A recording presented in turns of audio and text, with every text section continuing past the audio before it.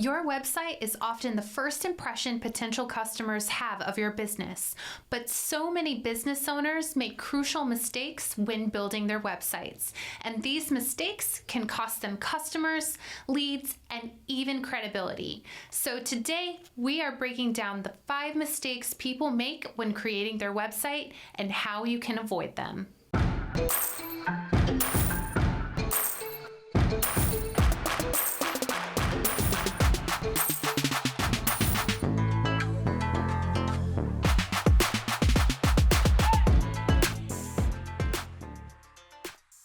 Hey, lady bosses, are you working even after putting the kids to bed but still not getting results? Are you tired of spending money on ads that aren't getting engagement? Do you feel burdened that you aren't fulfilling your purpose in life because you are so consumed with work?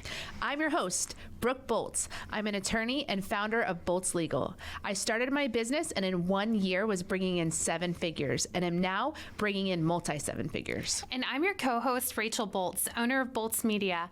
I've helped many businesses build their online presence and increase their revenue through digital marketing. Want to hear how we did it? We are here to help you achieve your goals personally, professionally, and spiritually. So kick off your high heels, sit back, and let's ignite that passion. We're Miss Biz, where we're putting the Miss in biz. Let's get biz done.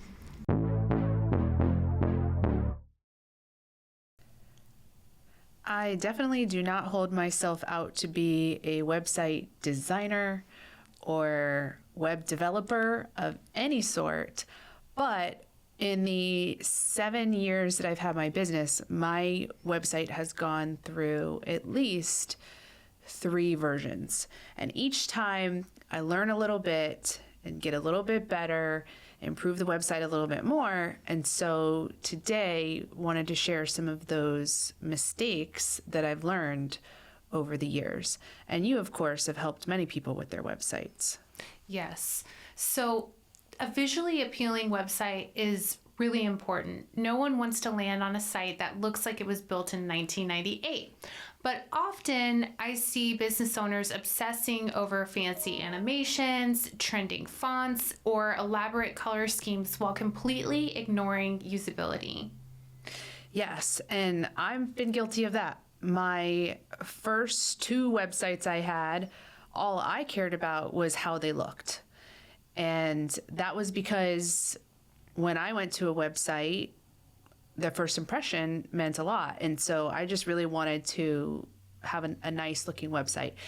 And over the course of time, though, people started to teach me that that's not the most important thing. Of course, you want it to look nice, but functionality is more important. So for example, it needs to load fast. If it takes more than 3 seconds to load, most people are going to leave. And there are different tools online that you can assess the speed of how fast a website is. So if you haven't checked that, you should check it. Next is it should be easy to navigate, because if people can't find what they need in a couple of clicks, they're also going to leave. And it's important to keep in mind that over 60% of web traffic comes from people on their phones. So you have to make sure that it's optimized for mobile devices. In terms of websites taking a lot longer to load, a lot of that stems from using pre-made templates. So if you're using Wix or Squarespace, something that's not custom coded is going to take a lot longer to load than if you have something that's built correctly and coded. That's what's really going to help you and your website be as optimized as possible. So if your site looks beautiful, but it doesn't work well, you're losing potential clients. Absolutely. So here's the big question. What do you want people to do when they land on your site? Well, that leads us to mistake number 2, is not clearly defining the customer journey. There are so many businesses with a homepage that's just a clutter of information and there's no clear direction. So ask yourself, what do you want people to do when they come to your site? Are you trying to get them to call you? Do you want them to fill out a form? Do you want them to buy something, sign up for an email list? You have to make that decision and make sure there's clear action, or else people aren't going to take action? You have to have clear calls to action on every page, and often you need to have them in multiple places on those pages because you have to make the process as simple as possible for people. You also have to make sure that there's a simple and logical path that guides the visitor to their next step, and avoid any unnecessary distractions that pull them away from what you actually want them to do. You might have heard of funnels. Everybody talks about funnels. And so think of your website like that, like a funnel. Every page should lead the visitors down the funnel toward your ultimate goal at the end. Having a standout speaker resume is so important to booking speaking engagements. If you're looking to increase your speaking engagements, but don't know where to start with your speaker resume and you'd like to see a couple of examples, we would be happy to share ours with you. Go to missbiz.com/contact and in the subject line type speaker resumes and we'll send you your copy today. And the third mistake is ignoring SEO. So SEO is search engine optimization. And this is really like your long-term game. I was just talking to a customer last night about this. They were asking, well, what's more important, Google Ads or SEO?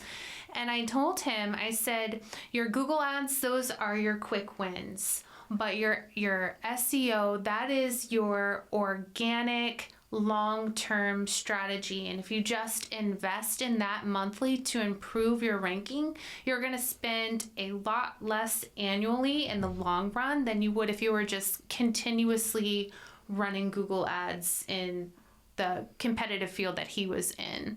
So SEO is a lot bigger. If you're building a website and you're not thinking about SEO, you're basically throwing up a digital billboard in the middle of the desert and no one will find it. Yes, and I'm guilty of that too. The first couple websites I had, we didn't pay any attention to SEO. I didn't even really understand what SEO was. And to me, the easiest definition of what SEO means is just keywords. Everything on the internet is centered around words, and there's certain words that are searched more often than other words.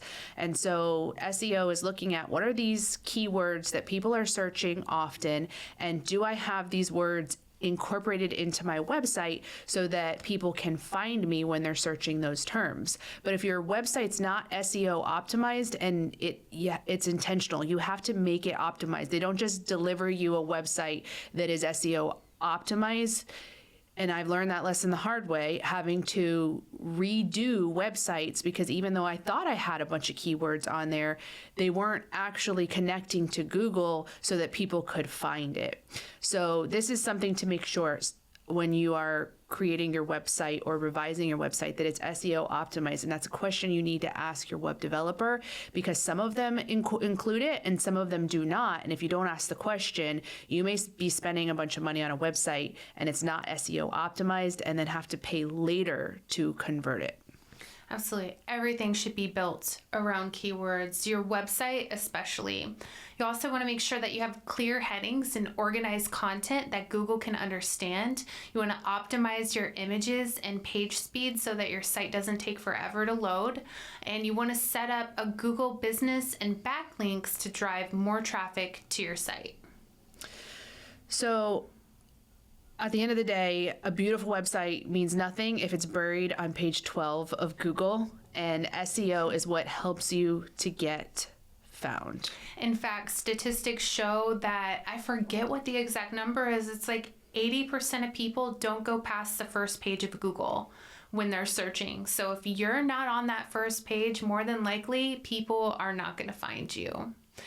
So that kind of leads to mistake number 4, which is not having a lead capture strategy. So most people who visit your site, they're not ready to buy right away. They need time. And if you don't have a way to stay in touch with them, you're going to be losing potential customers. Also, people want to do business with those that they know, like, and trust. too. So if they're not seeing if you're a contractor and they're not seeing your before and after pictures, they have no idea what your quality is like. Or if you don't have an about me section, they don't know who you are. And especially if you're in that home services sector, being able to know who's coming into your home is extremely important. Right. So the solution here to capturing their contact information is a lead capture or a lead magnet. So what that means is you offer something of value like a free guide or a discount or an email newsletter in exchange for their email address. And now you have a way to reach out to them, to add them to your email list and continue to pepper them with reminders that you are there to increase the chances that they come back and make a purchase or contact you. So having a clear and easy contact form is important, because if people have to hunt for your email to send you this information, then they're not going to follow through. Yes. And following up with the leads through email marketing, retargeting ads, or even a personal phone call is something that you can do once you capture those leads. I really do think that offering them something free is a great incentive. You'll see a lot of businesses will offer like a discount on your first order if you subscribe to their email campaign, and that is all for that lead capture strategy. Also, there's a way to automate this to where if you have a subscribe link for the user to enter in their information, it can be automatically linked to whatever platform that you're using for your email campaigns. So like for the Miss Biz site, we have it set up to where if they hit that subscribe button, they're automatically getting added to our subscriber list on MailerLite. And to come up with that right lead magnet, that free educational information you're giving away, think about the people who are coming to your site. What would be useful to them? So if I'm a painter and I'm putting on my hat of someone who's looking to hire a painter, who comes to your site looking for a painter, then perhaps you offer a lead magnet that's something like, here's the top colors of the season, or here's the most popular colors that have, or here's a list of celebrities and the colors they have in their house. Something like that. Give us your email address, we'll send you that free guide. Something like that people are it's going to spark their interest and think, yeah, I'd like to have that. I'm curious. I'm going to have to, once I choose a painter, I'm going to have to choose paint colors, and maybe I can use the same paint color as Beyonce. Yeah, I don't know, somebody, but something like that would interest people, not something that's like sign up for you can ask them to sign up for your newsletter, but that's going to probably get less response than something that's really interesting to them and targeted at what they would be looking for. Finding guests for a podcast can be difficult sometimes, so Brooke and I wanted to let you guys know that we are available to appear on your podcast.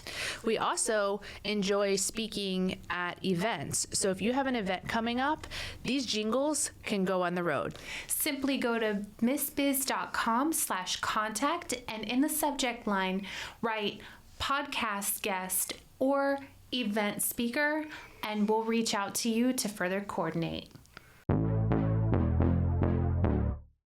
Sign up for free tips to where you're sending like a monthly campaign with tips and advice on things that they can use, or the discount is very effective, especially if you're just doing a 10% discount. That's not a lot of money. And if it's something where you are offering repeat services, then it would just be 10% the first payment, and then the rest is full price, and then you just gained, a longtime customer for a 10% discount.